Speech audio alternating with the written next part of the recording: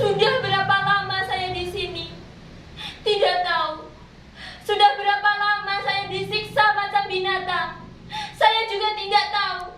Apa saya binatang? 4 dinding ini. Hanya 1 jendela berjeruji besi jauh di atas sana. Tembok yang tebal. Tidak ada perabotan. Hanya tikar dan bantal. Tidak ada selimut. Saya tahu, tidak mungkin saya bisa lolos dari penjara ini jika tidak ada yang sudi menolong saya. Mustahil, mustahil saya bisa selamat jika tidak ada mukjizat. Mudasir? Kamu Mudasir? Bagaimana cara kamu masuk kamar ini? Mudasir? Kenapa? Tidak kenal saya lagi. Saya Atika, istrimu.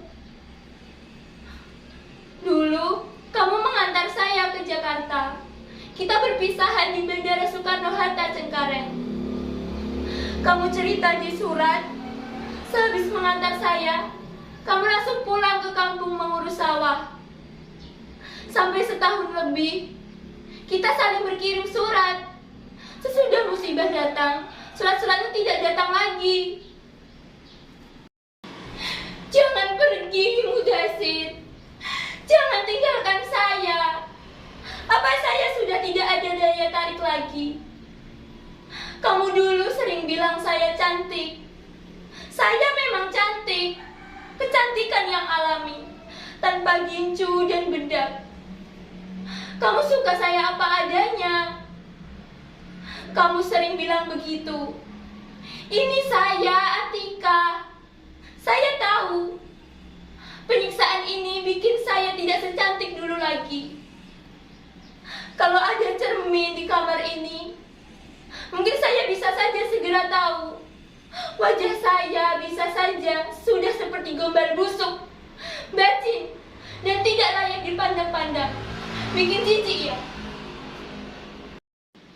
Tapi Mudasir, kamu menikahi saya lahir batin kan? Kamu tidak hanya menikahi wajah saya. Kalau memang benar kamu ada di sini, tolong saya. Keluarkan saya dari sekapan ini. Lalu kita pulang kampung bersama-sama. Tidak perlu melapor kepada polis Raja Diraja. Tidak guna melapor kepada Menteri Tenaga Kerja. Kita, warga Indonesia, bukan warga negara Filipina. Beruntunglah mereka yang berasal dari negara Filipina. Bahkan Presiden pun peduli terhadap nasib para tenaga kerjanya, terutama yang bekerja di mancanegara. Kita terlalu banyak uang diperas sampai habis tulang sumsum. Kalau ada musibah, pura-pura tidak tahu, diabaikan.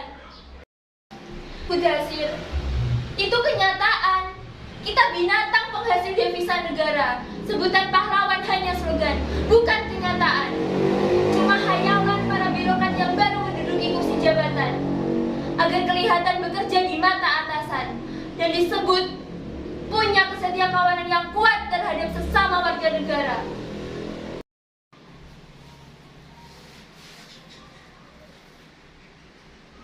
Sudahlah Mudasir.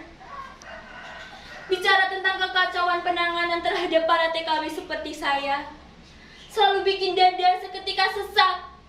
Lebih sesak lagi dada kita. Karena kenyataan yang terang benderang itu tidak pernah diakui sebagai kenyataan.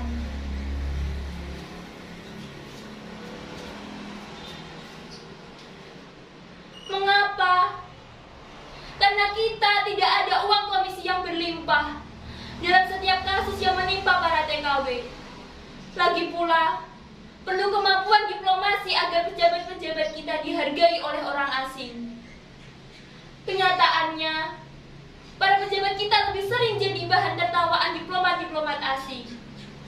Mana bisa memenangkan perkara jika pembahasan dilakukan dengan bahasa Tarsan. Sebelum maju pun, sudah kalah lebih dulu. Akibatnya, kita yang selalu menjadi korban, dikorbankan. Mudasir, kemarilah, mendekat, agar kita bisa saling menyentuh. Mengapa tetap berdiri di sudut itu? Disitulah tempat saya buang air besar dan kecil. Di ruang ini tidak ada kamar mandi dan WC. Ini hanya sebuah kamar. Entah tadinya dipakai untuk kamar siapa. Dan mengapa saya bisa sampai disekap di kamar ini? Tidak bisa saya tulis di surat. Mana mungkin berkirim surat. Saya tidak